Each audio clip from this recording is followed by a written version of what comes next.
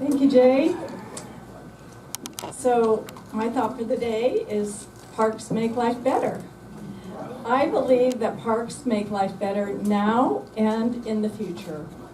Livermore is a great community to live, work, and play, and parks contribute to the high quality of life here. I have the honor of working for Livermore Area Recreation and Park District. Did you know that Livermore has over 40 neighborhood parks? We also have 3 community parks that include swimming pools. We have an equestrian arena, sports fields. We have 7 dog parks. For a population of this area, that's a lot of dog parks. We have miles of hiking trails in our open space areas, such as our beautiful Sycamore Grove Park. So how do parks make life better? By providing safe places where children can play and they're free to be active.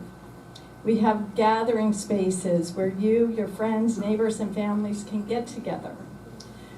Parks provide facilities where you can exercise on your own, such as hiking, biking, tai chi, yoga, etc.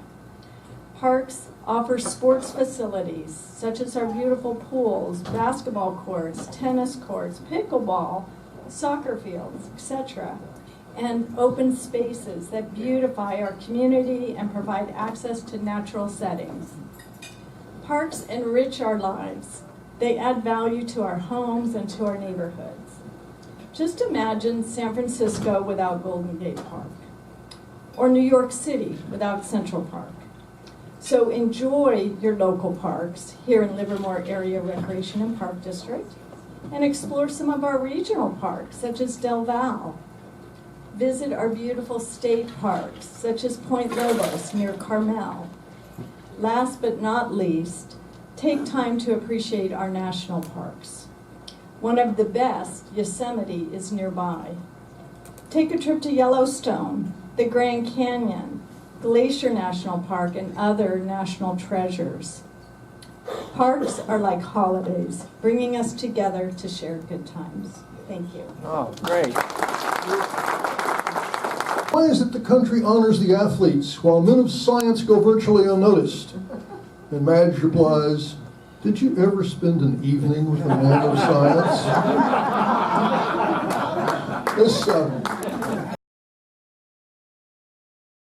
All right, Paul, come introduce our speaker.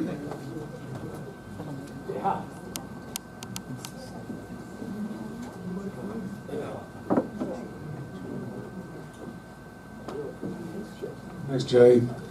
Well, it's really a great pleasure to introduce John Mindermann. I've really enjoyed talking to his wife more, and maybe she should come up and talk, because she seems to be, I don't know, secretary, commander-in-chief or something of John. I can't believe he needs that much assistance, though, seeing all the stuff he's had to do. Anyway, so just a few things about John. Well, before I start, over there is copies of his book, and I think he may have signed them. I don't know. I haven't asked them. So if anybody afterwards would like a copy of his book, In Pursuit, I recommend it. It's over there, and I think Carol's going to be taking the money. It's only $1,000 each. A bit less. Anyway, just a little bit about John Mindermann. John Mindermann's 30-year career as a police officer and FBI special agent pitted him against a crime panorama: thieves, violent thugs, murderous predators, and the US president, and some members of the Livermore Rotary Club. As a street cop with the SFPD, he patrolled San Francisco's roughest beats. In the FBI, he was a firearms and defensive tactics instructor and a leader of the first Washington, D.C. FBI SWAT team.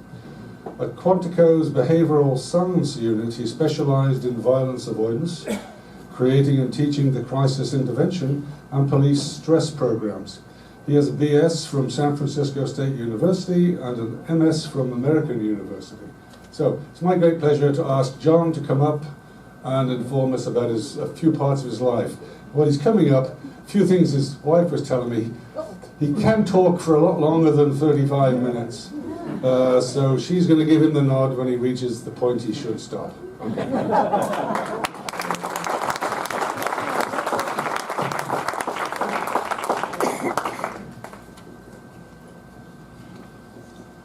I want to spend today's time on a particular case that I worked with a group of about a half a dozen FBI agents. When I was transferred to Washington, D.C., early in my career after spending time in Texas, various parts of Texas,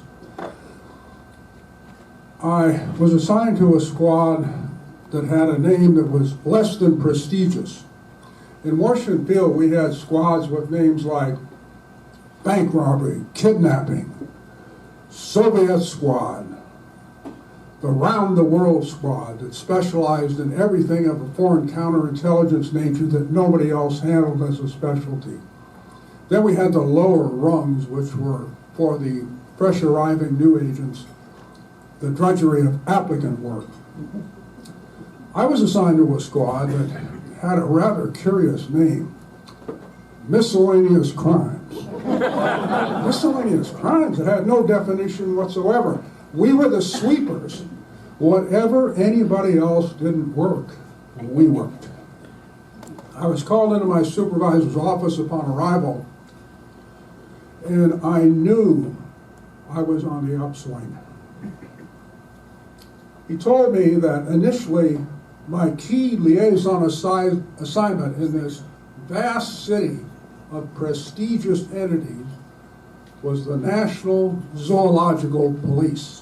I was going to be the FBI special agent who was liaison to that key DC unit, the Zoo Cops. Now, you know, you giggle and laugh at that. But I actually opened a couple of cases. My first case, missing ringtail ducklings. Who got them? We never got them back, but I sure tried. However, I wasn't stymied at ducklings. I went into high gear when I was notified that one of the key primates, a monkey, had been hijacked out of the cage, and this monkey, government property, mind you, theft of government property, was valued at $1,500. Now, those were real 1968 dollars. I teletyped every office up and down the East Coast, from Maine to Florida and back into Appalachia. Special agents of the FBI, be on the lookout for this primate. Thorough description with photographs. Lo and behold, Philadelphia found him in a pet shop, up for sale. One of my favorite pictures, which I cannot find in my numerous boxes of antiquated souvenirs, is a great photo of the two agents in Philadelphia smiling, with the monkey in the middle on a desk, and they're holding the hand of a monkey, and they're on either side. And I used to carry this around as an icebreaker when I dealt with other police departments in the DC area.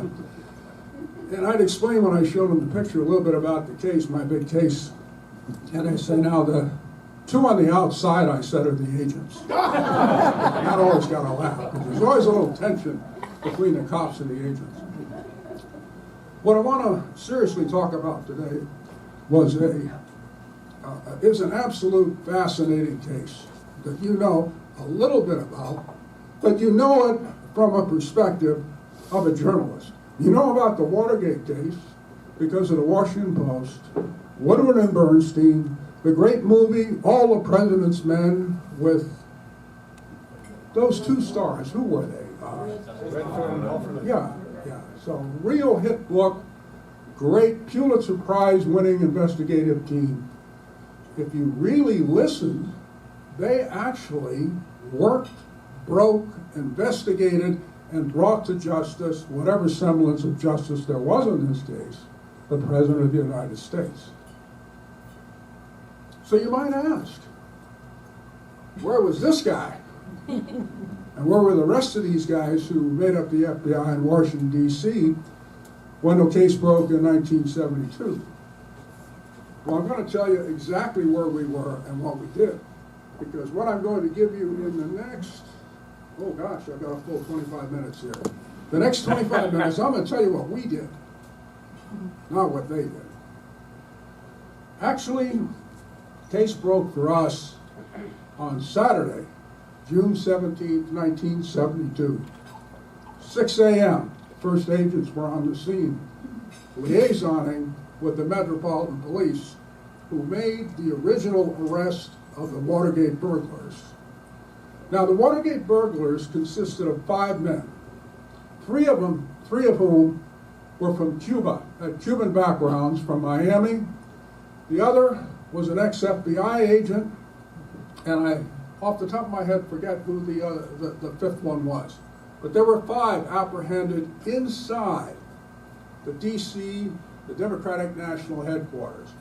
Now you may ask, with lookouts across the street in the Howard Johnson, with binoculars and radio communications, all set up like it was an FBI or CIA operation.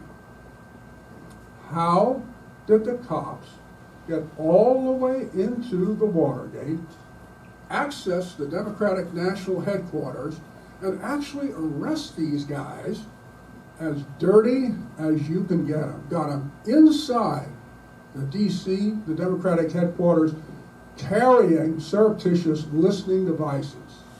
It doesn't get any better than that in terms of an arrest. Here's what happened. The security guard in the Watergate facility discovered tape on a couple of doors, reported it to his supervisor. Supervisor said, take the tape off and just kind of monitor the doors. Another round shortly thereafter found the tape on the doors again. The doors had been retaped. There was a war council between the supervisor and the guard making the rounds. They immediately called the police. Now, when the call went into the DC police, it was a Friday night, Saturday morning. The nightclubs, the party folks are out in mass. It's Georgetown, that area in Washington, D.C. is where the Watergate is located within the 2nd Police District. So during that particular time period, from 11 o'clock till 3 or 4, is when the police are burdened anywhere with a lot of calls because people have drunk too much, they get involved in fights, there's disputes, there's people who are injured. So the uniformed cops are running all over the place during this time period, wherever you're doing that kind of work. So when the call came in, a little bit tough to find a car, but they finally did find a uniformed car, and they dispatched it to check on this alleged door with tape. That was it.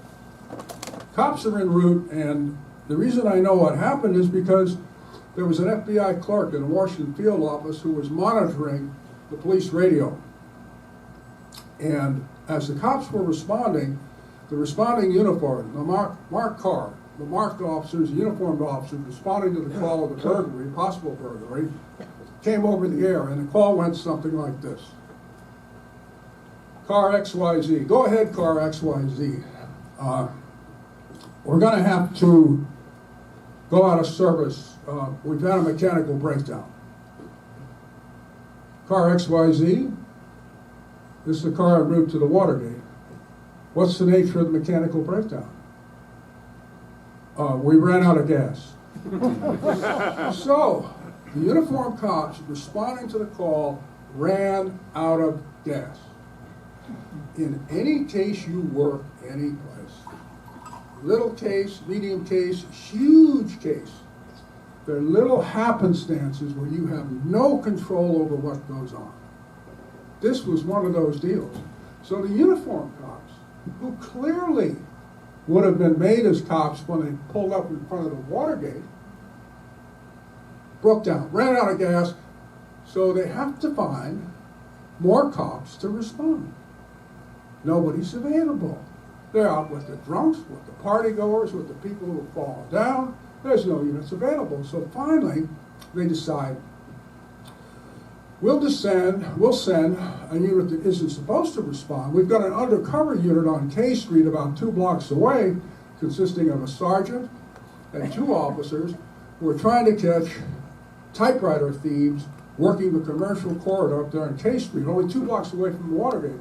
So they break this undercover unit off, One of the officers is dressed in women's clothing with a wig. I mean, he looks absolutely ridiculous, but he's there with the wig and the women's clothing.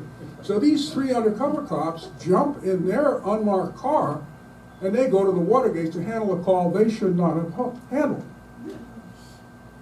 That's how they got in, and the lookout, the ex-FBI agent Alfred Baldwin across the street, and the Howard Johnson, who had the binoculars, didn't make them as cops.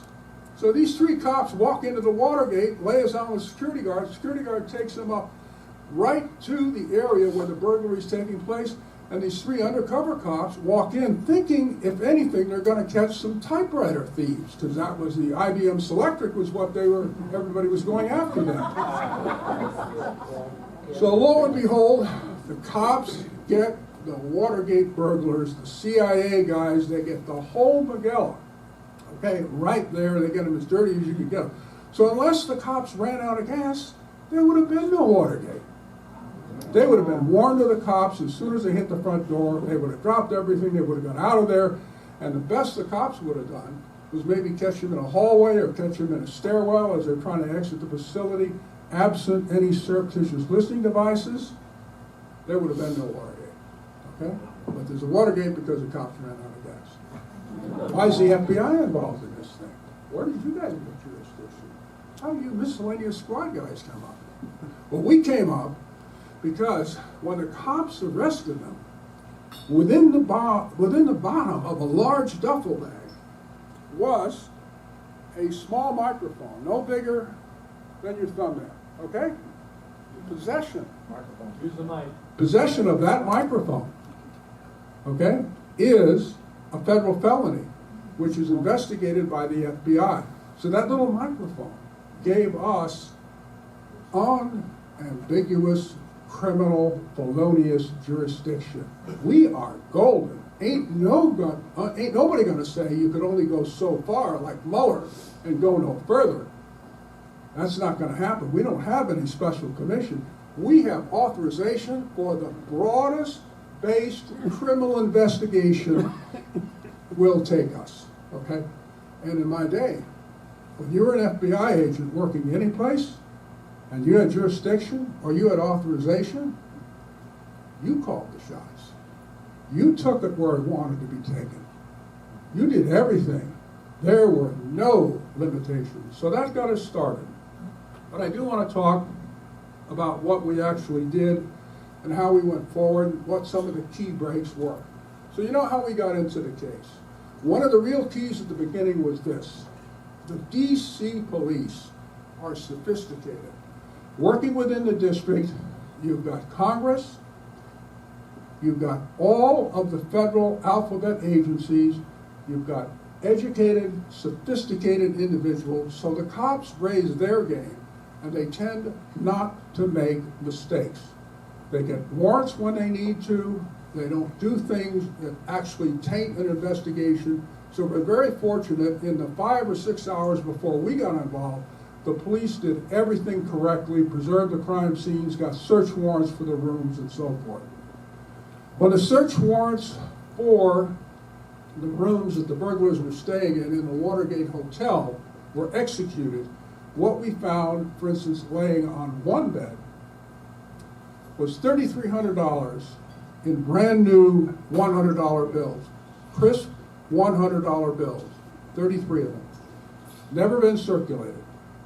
All with consecutive serial numbers. Oh yeah, it's a laugh in the audience here, and we all realize that was what it is, but it is a beautiful start for what I had, which was called the money trail.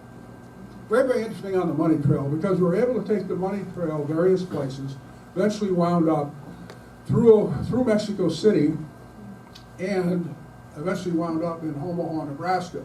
But that money trail was one of the keys in the case. We had a very interesting defining moment in the money trail, and it was this. In order for us as field agents to cover a lead in a foreign country, we have to get permission from FBI headquarters to have that lead covered. So our case agent, Angelo Leno, had been sending requests teletype requests and making phone calls to headquarters saying, hey, we need permission to go into Mexico City with our legat down there because that's where the money trail has led us. L. Patrick Gray, who was the acting director, you recall J. Edgar Hoover died on May the 2nd, 45 days before Watergate broke on June 17th. That's another huge happenstance. Think of this. How much different would the case have been if J. Edgar Hoover was alive? He died 44 days before the case broke. So we had an acting director who was L. Patrick Gray. Now you may remember Gray. Gray was picked by Richard Nixon from a mid-level administrative post in one of the government agencies, I think it was HEW. He was a retired naval captain, a graduate of Annapolis, law school graduate from Georgetown. He had commanded an atomic submarine, and now he was in a second career. Now he's a third career. He's going to be he is the acting director of the FBI. He has no background in counterintelligence. He has no background in criminal investigative work, but he is an attorney, or he has a law school degree. L. Patrick Gray is in the saddle or place of J. Edgar Hoover. So he won't okay, apparently, us going to Mexico City. He's stalling the investigation at the top level. Leno, who was a character in and of himself, is very, very frustrated. So Angelo was pacing back and forth in our squad area there in Washington, D.C. And he authors a teletype that if it is signed out and goes to headquarters, it will burn the building down. Burn the building down. It'll cause an explosion, okay, for sure. So the agent in charge of our office, a conservative man, tells Leno, Angelo, I can't send this out. There's no way I can sign this out. It will blow headquarters up. We'll have everybody on us. Angelo, who's a relief supervisor, actually snatches the teletype from the boss's hands.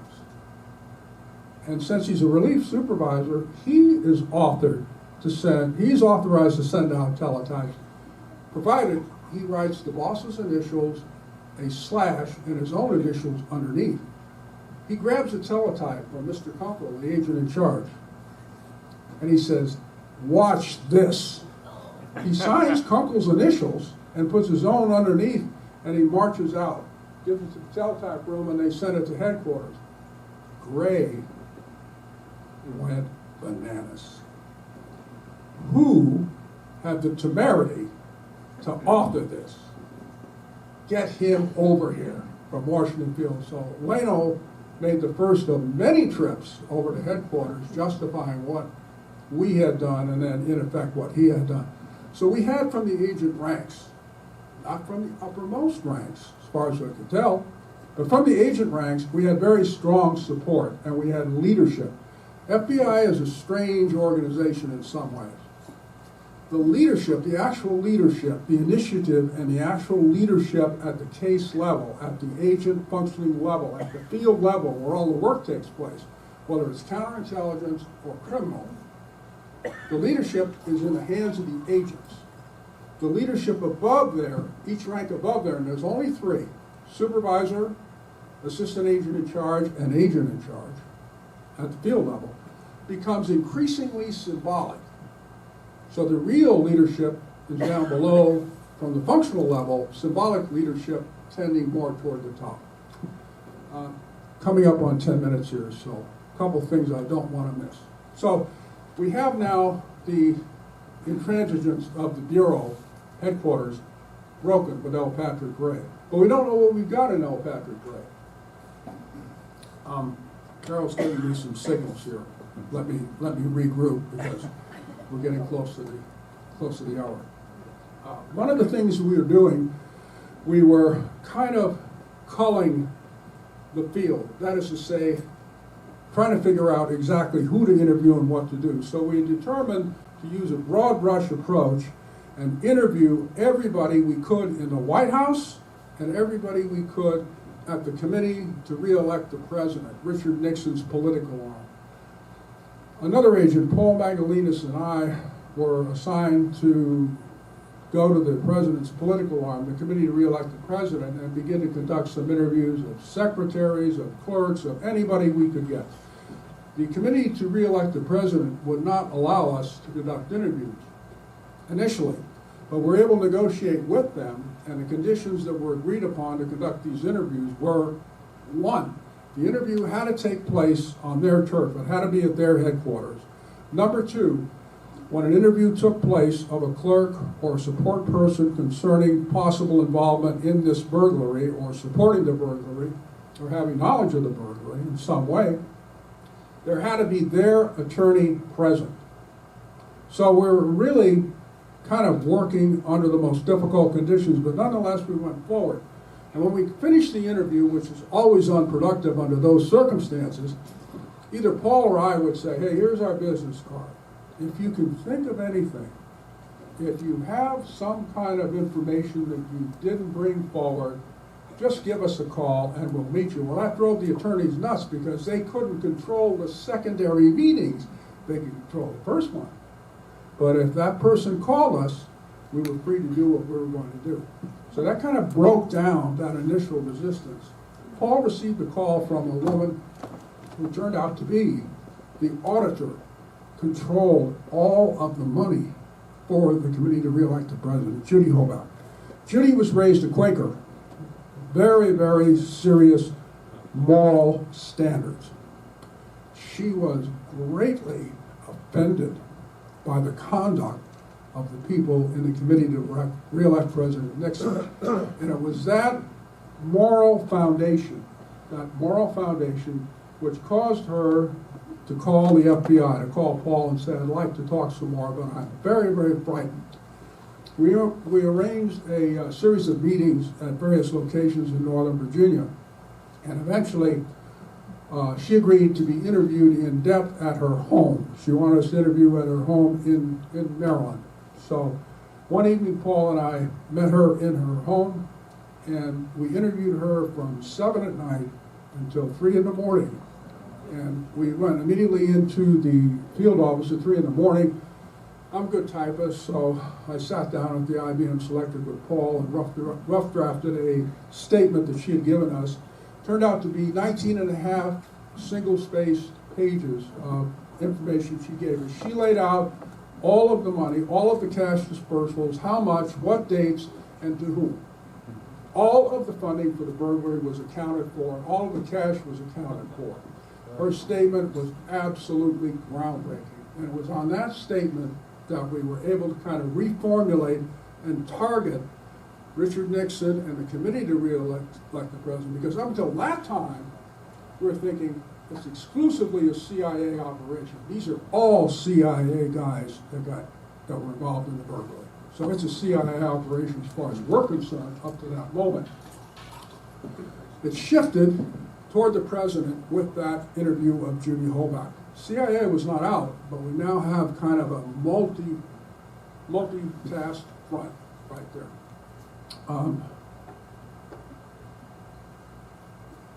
The investigation continued, and 9 months into the investigation, we had a rather unusual incident.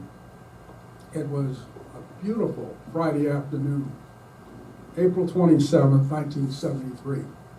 Doctor, 5 minutes. 1973. It was one of those days in D.C. where temperature's about 70 to 75, the humidity isn't bad. And about Friday afternoon, nobody's thinking about work. Everybody's thinking about getting out of here and getting home and really enjoying that weekend, okay? Me too. Getting ready to go home. Gonna hang around just a little bit after 5 o'clock. Oh, was that the wrong decision? About 5:15 or so, the supervisor walks in and he said, real selective, you, and Mindermann, you too. Go down to the SAC's office, where our new agent in charge had been for about maybe 3 or 4 months, had been a gentleman named Jack McDermott, real nice guy, Fordham Law School, New Yorker, and Jack loved the dramatics, and he loved making you a part of the scene, whatever was happening. So his style was to invite you into his office And if he was making key phone calls, to have you listen. So you'd be briefed as he made the phone call, okay? So here we are in McDermott's office in this 1899 old post office building. He's positioned behind the desk, and he's in great form. He is really enjoying the moment, and we're thinking, what the hell is coming down the pipe for us that he's so happy, okay? Well, he picks up the phone, and the secretary's name was Millie, and says, Millie, get me the head of the Secret Service. We're going to be involved with the Secret Service. Probably means the White House, I guess. Little time goes by, a phone rings. Millie, I guess, advises him she's got the head of the Secret Service, so he gets put through to the Secret Service. It's now 5:20 in the afternoon. And McDermott says, hi, I'm the agent in charge of the Washington Field Office of the FBI, Jack McDermott. Are you in charge of the Secret Service? Are you head of the Secret Service? And I guess the guy said, well, I'm really not. Well, McDermott says, I need to speak to the head of the Secret Service. He said, well, he's not available. Well, how about the number 2 man? Well, he's not available. How about, well, are you in charge? I guess the guy said, well, I guess I'm in charge. Okay? So McDermott says, okay. I'm head of the Washington Field Office of the FBI, Jack McDermott. On orders of the Attorney General, he was very loud and he was very specific. On orders of the Attorney General, there will be about a dozen special agents of the FBI occupying the White House. Occupying the White House. They will be en route on foot on Pennsylvania Avenue. They'll enter the West Wing and they'll take control of all the business offices in the White House, including the President's personal office. They will guard and secure those offices, and no one will be allowed in or out of any of those offices, including the President of the United States. Well, I murmured something that I can't repeat here. I'm sure the other guys did too. And I really couldn't believe what I had heard. But the conversation got much, much more specific and worse. Apparently, the agent of the moment in charge of the Secret Service told our boss, the agents are going to have to surrender their guns at the front. They won't be allowed inside the White House with guns. To which McDermott reddened. We couldn't hear, obviously, what the Secret Service guy had, but we did see McDermott's face kind of redden. And he said the following, let me tell you, agents of the FBI are always armed. Agents of the FBI shortly will be entering the White House armed. They're going to shut down and control all business offices in the White House. Goodbye. Slammo. He slams the phone down. He tilts back in his chair and he looks up at us and he is really, really in his best mood. He smiles, he looks at us and he says, any questions, gentlemen? Well, as you know from your work over at Lawrence Livermore Lab, I'm sure many of you, there really never are any questions because that's why they hired you, okay? You're to figure it out and do the right thing. So the case from there continued on, and we were able to get to the point where there was no doubt in my mind that we were going to secure the evidence and would have the evidence to indict the president. That definitely was headed in that direction. There was never any doubt that we wouldn't indict the president if we had the evidence. There was none of this sitting president. You can't indict him when he's a sitting president. I don't know where this came from, but it certainly wasn't present when we were. So I'm kind of at my mark here, and I've been very scattered in my approach, not really disciplined. There's a lot of things that I left out. But any questions? At all. So what happened?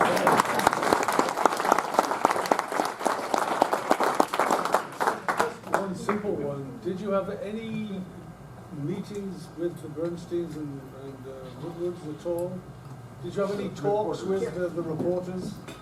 Did you have any talks with those reporters? What was your interface with them, if any? Well, Woodward and Bernstein, no one ever, only one agent met the reporters, and that was kind of just in passing up in the White House, because Woodward covered the White House, okay?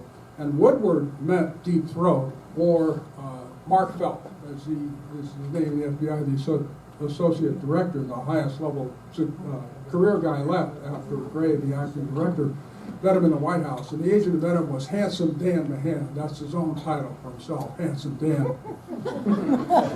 Another great guy to work with, Handsome Dan Mahan. Anyway, no, none of us ever met Woodward and Bernstein. And of course, the information that we recorded, including the Hoback 302, the 19.5 pages statement that Magdalenas and I did, that wound up immediately in the hands of John Dean at the White House. It went from Mark Felt, the associate director, to John Dean, and then it was given. So one of the things that we faced continuously in our work was we'd interview somebody working for CREEP, the committee, or somebody in the White House that was semi-cooperative and looked like they might be cooperative. They'd call us back, say, you know, I gave you a couple things, but everything that I told you is on the front page of the Washington Post. What are you guys telling me? Everything's secret. Everything's held in confidence. So we were continuously undermined by Mark Felt. Mark Felt also set us up to be the fall guys early in the case when in Chicago a column was published by a columnist in the Chicago Tribune laying out some of the things that were going on in the Watergate case the first 10 or 11 days, and Gray was so incensed, he called all of us, 27 of us, including the agent in charge and everybody from Washington Field, over to his office on a Saturday morning, and he actually exploded. He grabbed the rostrum like this. We were lined up, 27 of us around this huge oval desk. We're 10, 11 days into the case. Saturday, maybe 2 weeks, 10 days after the case broke on the 17th. And he started out by stating that he wanted the agent or agents who leaked the memo to the Chicago Tribune columnist Jack Smith to take one step forward. Well, we're lined up on either side of the desk, either side of this big oval desk, and he's at the top where J. Edgar Hoover used to stand, and Hoover's office was immediately behind that. And as you're standing there around this oval, you know, you're one of maybe a dozen people on this side of this big, huge conference table. You know, I mean, I didn't take one step forward. It wasn't me. And I'm kind of looking left and right without moving my head. I don't think anybody else is going to take a step forward either, because I had confidence it wasn't any of the men I worked with in Washington Field. So finally, after he challenges us 2 or 3 more times, he loses control. And our boss, the special agent in charge of Washington Field Office, Robert Kunkel, real gentleman, takes a step forward. He's at the head, right next to Gray. Takes one step forward to defend us, I'm sure. Gray turns to him from the position I'm in right now, and where Brenda is exactly where Mr. Kunkel was. Gray looks at Kunkel and he says, Mr. Kunkel, did you leak the information to the Chicago Tribune? And Kunkel's standing there in front of all his agents, the agent in charge, okay? And here's what Gray does, and he's former naval captain, he knows better. He looks at Kunkel and he says, well, then take one step back. And then Gray says, let me tell you, agent, something. You are not going to fool me. Do you understand?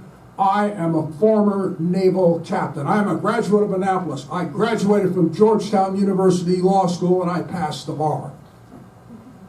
I have commanded men all over this U.S. Navy, and I will find out who in this group leaked this memo. You will not. And he just lost everything. It was almost like God was saying the acting director. Is he armed? You know, what's going to happen next? So all through this particular case, one of the things we were finding the acting director who was leaking the information, was giving the information to Mark Felt. He at the same time was giving information to other people. Felt's giving it to the Washington Post. We're being set up as the fall guys, as the leakers, okay? And we're not, of course, it's these other guys. And at the same time, the people we're interviewing and giving assurances to that we hold information in confidence, the information's appearing on the Washington Post. And we've got to go back to these people and say, this happens once in a while, but you know, so we're losing people we're trying to cultivate to help us and so forth. So we're fighting it probably on 5 or 6 different levels. But we did manage to, I'm very proud of the men that I work with, we did manage to prevail. Thank you, John. Thank you.